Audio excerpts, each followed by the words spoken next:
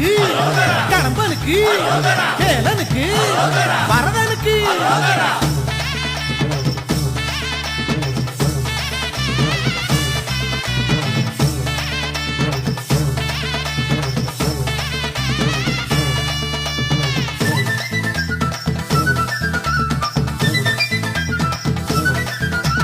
தேகத்தை துளையிட்டு வேலொன்றை சூட்டி மோகத்தை கோபத்தை வேரோடு துரத்தி உண்ணாமல் உறங்காமல் ஊனுடலை வருத்தி எண்ணங்கள் ஈடேற மாலையிட்டே நீ